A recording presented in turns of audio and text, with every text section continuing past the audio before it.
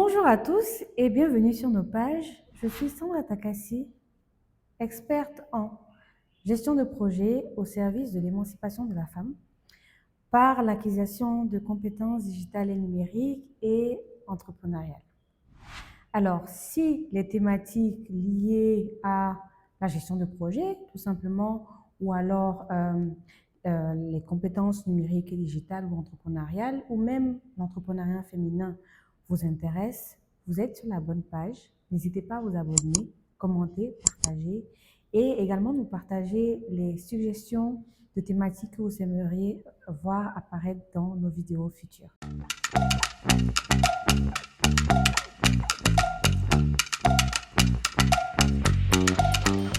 Aujourd'hui, nous allons parler d'un autre sujet complémentaire à la gestion de projet. Nous allons aborder là une thématique qui pour moi est cruciale. On commence à rentrer dans le vif du sujet, le digital et la gestion de projet. Il s'agit donc là de parler des outils digitaux qui vont nous permettre de gérer un projet. Les outils digitaux, que vous soyez débutant, expert, vont vous permettre d'améliorer de manière significative la manière dont vous allez planifier, exécuter, clôturer un projet. À chaque étape, il y a des outils qui vont vous permettre de pouvoir mieux réaliser les étapes. Il est donc important de savoir quel choix effectuer à chacune de ces étapes, les raisons pour lesquelles choisir cet outil et pas un autre, son utilité, l'ampleur des choses que cet outil va vous permettre de réaliser, quel que soit votre niveau, que vous soyez débutant et ou expert, parce que bien évidemment, votre degré de maîtrise dans l'utilisation de l'outil va déterminer quelque part le choix que vous allez faire lorsqu'il s'agit d'intégrer les outils digitaux à vos activités. J'aimerais préciser que les outils dont on va parler sont aussi bien valables pour un chef de projet que pour un entrepreneur qui souhaite avoir une meilleure organisation, une meilleure gestion de ses activités. Car l'entrepreneuriat, d'une certaine manière, est également de la gestion de projet à part entière. Alors, pour rappel, dans un projet, on identifie toujours 5 étapes clés. D'abord, nous avons l'initiation ou l'idéation, le moment où les idées se mettent en place et nous sommes en train de peaufiner, affiner le projet que nous allons réaliser. La planification, qui consiste à organiser un peu les différentes activités qui vont nous permettre de réaliser ce projet. L'exécution, qui est la phase pratique où on va pouvoir passer de l'idée à l'action. La quatrième phase, qui est le suivi, contrôle, qui va nous permettre de nous assurer que nous sommes en bonne voie d'exécution et d'atteinte de nos objectifs. Et enfin, la dernière étape, qui est la clôture, qui va nous permettre de partager les résultats, tirer des enseignements et consigner ces apprentissages dans des documents qui vont être éventuellement consignés ou partagés avec les différents intervenants. Donc, à chacune de ces étapes, des outils, bien sûr, qui sont plus adaptés. Pour chacune de ces étapes, donc, je vais vous partager 3 types d'outils, du débutant au niveau avancé, et je vais également vous partager mes préférences à toute fin utile en fonction des avantages que ces outils présentent et des limites éventuelles. Donc, abordons à présent le thème des outils à utiliser au moment de la phase d'idéation ou d'initiation.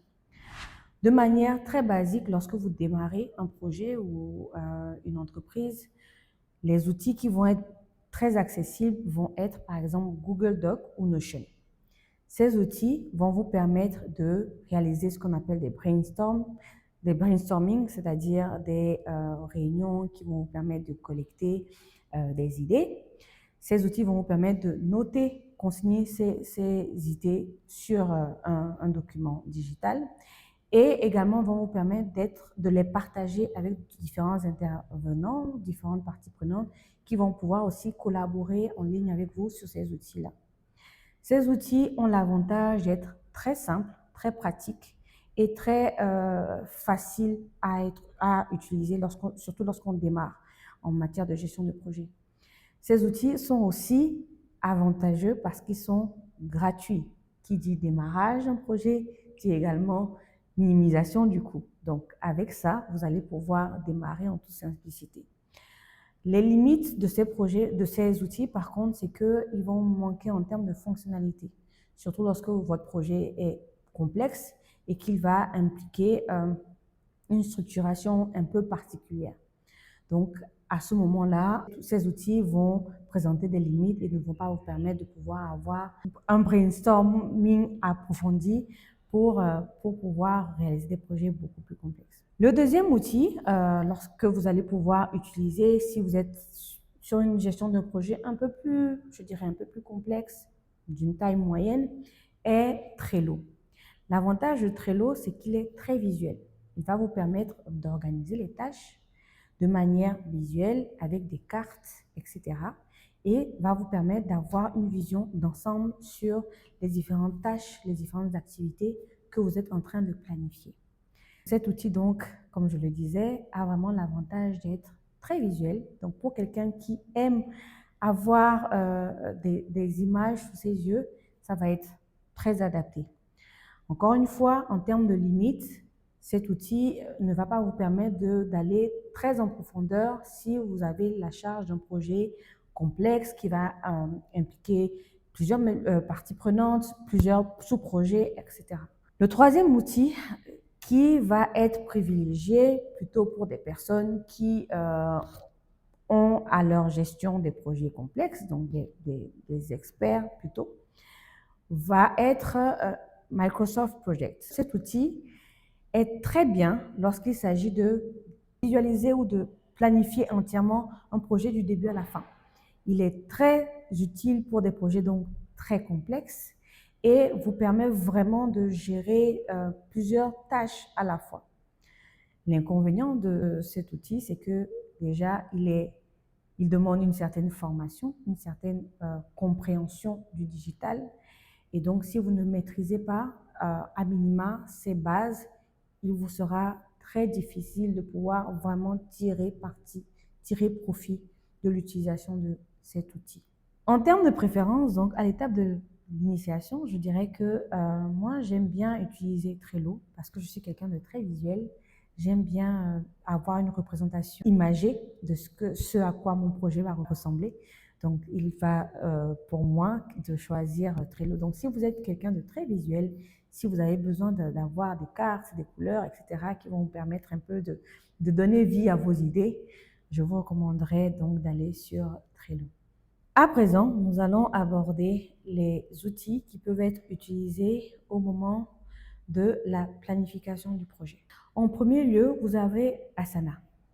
C'est un outil qui, lorsque vous démarrez, est très pratique aussi, car il vous permet de dresser une liste de tâches, d'affecter ces tâches à différentes personnes, d'avoir une collaboration très facilitée sur cet outil-là et de pouvoir, avec un coup d'œil, avoir une vue d'ensemble sur l'état d'avancement des différentes activités qui sont en train d'être exécutées par les différentes personnes qui sont dans ce projet. C'est vraiment un outil qui est adapté pour des projets, je dirais, de très petite taille à taille un peu moyenne et qui permet de pouvoir prendre part ou bien démarrer un projet en toute simplicité. Son avantage, c'est vraiment qu'il est très facile à utiliser, il est vraiment intuitif et donc il ne va pas vous demander des connaissances très poussées pour pouvoir l'utiliser immédiatement. Il a aussi l'avantage, bien sûr, d'être gratuit dans sa version primaire. Et cette version primaire va vous permettre quand même de gérer quand même pas mal de choses de manière vraiment efficace. Le deuxième outil qui va plutôt concerner des personnes qui ont un niveau avancé va être à nouveau Notion. Notion avec ses fonctionnalités d'un niveau plus avancé. Avec Notion, vous allez être en mesure vraiment d'organiser, d'intégrer des tableaux, d'avoir différentes fonctionnalités qui vont vous permettre de faciliter vraiment la planification du projet, de taguer des personnes directement sur des tâches qu'ils doivent faire, d'assigner des deadlines, etc. et de pouvoir réellement suivre l'évolution du projet. C'est un outil qui est vraiment très collaboratif. Lorsqu'on le maîtrise bien, on peut vraiment en tirer bien profit et arriver à gérer des projets d'une complexité quand même assez intéressante.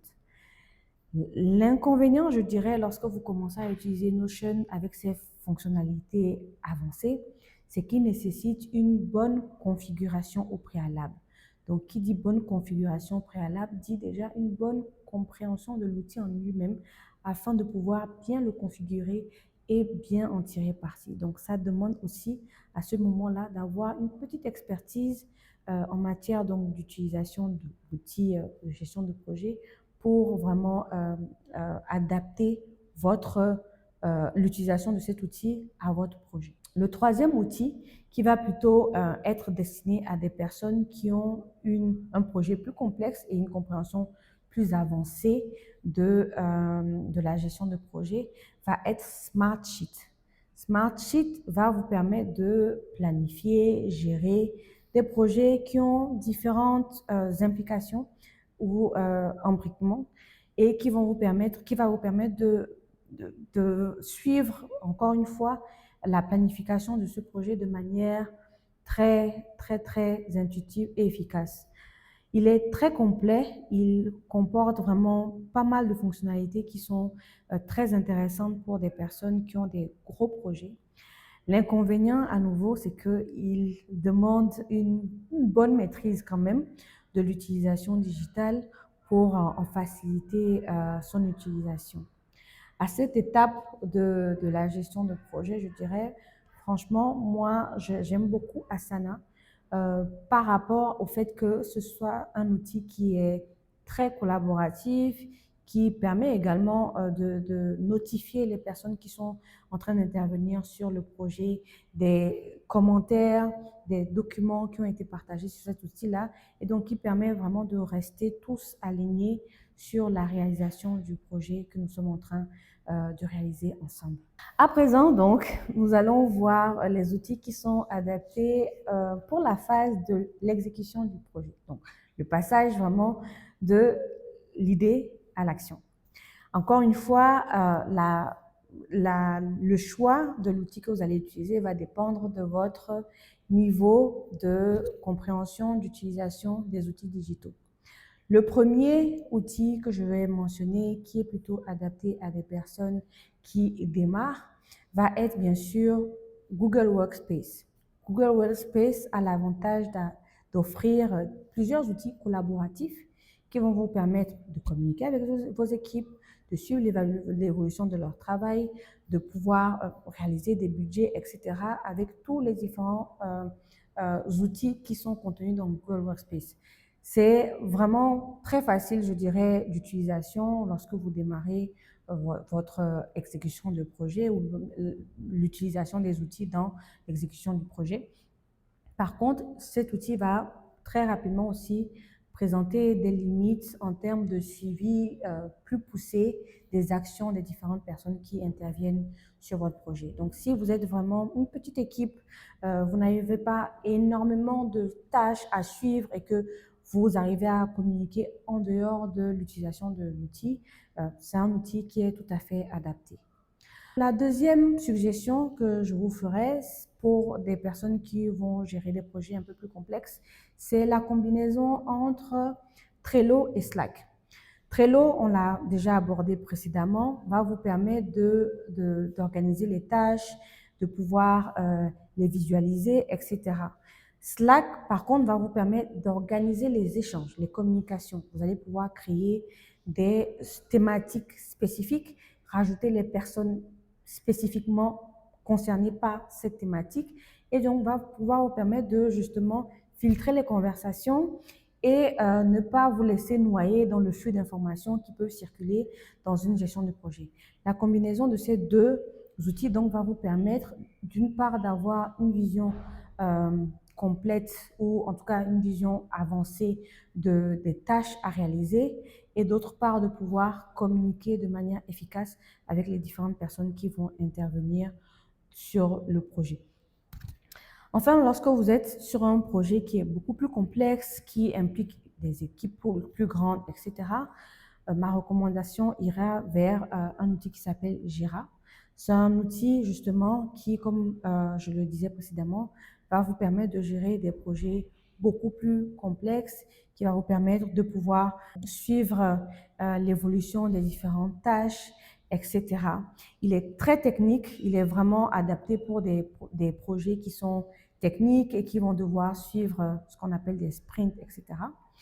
Et par contre, en termes de limitation, bien sûr, comme je le disais précédemment, il est technique, donc il va nécessiter quand même une compréhension plus avancée, plus poussée de l'utilisation des outils digitaux et également une expertise en matière de gestion de projet. Donc, ce n'est pas un outil qui va être accessible au grand public.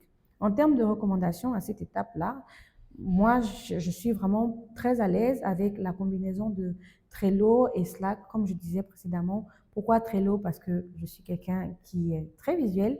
J'aime bien voir et organiser de manière mentale le projet que je suis en train de gérer. Et Slack, parce qu'effectivement, Slack nous permet d'améliorer très aisément la communication. De manière plus visuel, on va de plus en plus aller vers WhatsApp, puisque c'est un outil qu'on va utiliser de manière courante dans la vie commune, enfin courante je dirais, mais malheureusement cet outil ne nous permet pas toujours d'organiser au mieux les échanges avec les différents collaborateurs. C'est en ça que Slack fait vraiment la différence, parce que Slack vraiment permet de filtrer, trier et par conséquent s'assurer que les informations passent en temps et en heure avec les différentes personnes qui sont impliquées dans le projet. Alors, arrive maintenant le moment de suivre et de contrôler l'évolution du projet. À cette étape également, nous avons des outils qui nous permettent de faciliter notre vie et d'acquérir une certaine productivité. En premier lieu, lorsque vous démarrez donc la gestion de projet, vous pouvez très bien utiliser Excel ou Google Sheet pour pouvoir définir votre planning de suivi avec des éléments qui vont vous permettre de suivre l'état d'avancement, les deadlines, etc., des différentes personnes qui sont impliquées sur le projet. C'est un outil qui est très basique, facile de prise en main. Par contre, il est très limité en matière d'automatisation des tâches et donc il ne va pas vous permettre vraiment de pouvoir suivre de manière réelle l'évolution, en temps réel, l'évolution des projets, des personnes qui sont impliquées dans votre équipe. Le deuxième outil que vous pourrez utiliser est Airtable. Il va vous permettre d'avoir accès à des fonctionnalités un peu avancées. Il va vous permettre de suivre les tâches en ajoutant une vue de calendrier, etc. Et il va vraiment permettre aussi de faciliter le suivi, les relances des personnes qui sont impliquées dans le projet. L'inconvénient, c'est qu'il n'est pas très adapté lorsque vous avez des projets, encore une fois, très complexes à gérer, parce qu'il ne vous permet pas d'accéder à ce genre de fonctionnalités. Le troisième outil que je vais mentionner là, en termes de suivi de projet, est Power BI. Power BI est très efficace quand il s'agit de mettre en place des tableaux de bord pour un suivi de l'évolution de l'exécution d'un projet. Il permet vraiment d'avoir des fonctionnalités très intéressantes et qui vont pouvoir vous permettre de filtrer des informations, de les afficher de manière différente, etc. Par contre, l'inconvénient de Power BI, c'est qu'il nécessite quand même une bonne compréhension en matière d'analyse de données avant de pouvoir maintenant tirer pleinement profit de son utilisation. Il est également coûteux pour pouvoir accéder aux fonctionnalités qui sont pertinentes et utiles en matière de gestion de projet.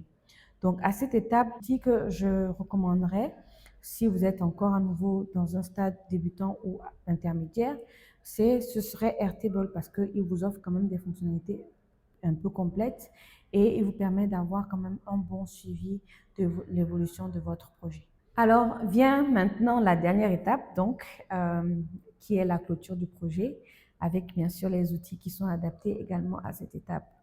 En premier lieu, vous avez tout ce qui est à nouveau Google Sheet, Google Doc. Ces outils vont vous permettre de rédiger vos rapports, de consigner des données d'analyse, etc. Mais il va très rapidement présenter des lacunes quand il s'agit de faire des analyses vraiment très poussées. En deuxième lieu, un outil d'un niveau intermédiaire, on l'a déjà vu au préalable, il s'agit de Notion. Notion va vous permettre déjà de consigner vraiment tout type de documents de manière centralisée en une place et va vous permettre de pouvoir facilement partager les informations avec différentes parties prenantes. Le problème de Notion, c'est qu'il peut être compliqué si les informations sont nombreuses et il va demander pas mal de réflexion en termes d'organisation de ces informations-là. Lorsque ces informations vont vraiment être en quantité importante. En troisième point, vous avez un outil aussi qui est très efficace en matière de clôture de projet qui est SharePoint. Cet outil va vous permettre de gérer des projets très complexes avec de grandes équipes qui va vraiment permettre de consigner les différentes étapes de la gestion de projet. L'avantage de cet outil, c'est vraiment qu'il permet de centraliser toutes les informations que vous allez acquérir au cours du projet dans un lieu et de manière très sécurisée. L'inconvénient, à nouveau, lorsqu'on parle d'outils complexes, va être l'accessibilité. Pour pouvoir accéder aux fonctionnalités intéressantes de SharePoint, vous allez devoir accéder au moins au package premium. Donc, ça demande un minimum financier à investir pour pouvoir donc avoir accès à cet outil-là. Si vous êtes en démarrage de la gestion de projet, privilégiez plutôt des outils qui vont être simples, qui vont vous permettre d'améliorer votre utilisation primaire du digital avant maintenant de passer à des outils beaucoup plus complexes qui vont inclure des coûts additionnels et qui vont vous demander également des compétences additionnelles pour pouvoir vraiment tirer parti de l'utilisation de ces outils-là. Merci à vous d'être resté jusqu'au bout de cette vidéo. N'hésitez pas à nous partager les outils que vous utilisez également au quotidien. Ça nous intéresse énormément d'en savoir plus sur d'autres outils. N'hésitez pas également à nous indiquer si certains des outils qui ont été mentionnés au cours de cette vidéo sont des outils que vous utilisez, d'autres avantages que vous avez pu identifier dans l'utilisation de ces outils ou même des limites que vous aimeriez aussi partager avec d'autres personnes. Si vous êtes toujours intéressé par les thématiques liées à la gestion de projet, à l'utilisation de l'outil digital, à l'émancipation de l'entrepreneuriat féminin, n'hésitez pas à vous abonner, à commenter et à partager nos vidéos à votre communauté. C'était tout pour moi pour aujourd'hui. Merci pour votre attention et je vous dis à très bientôt.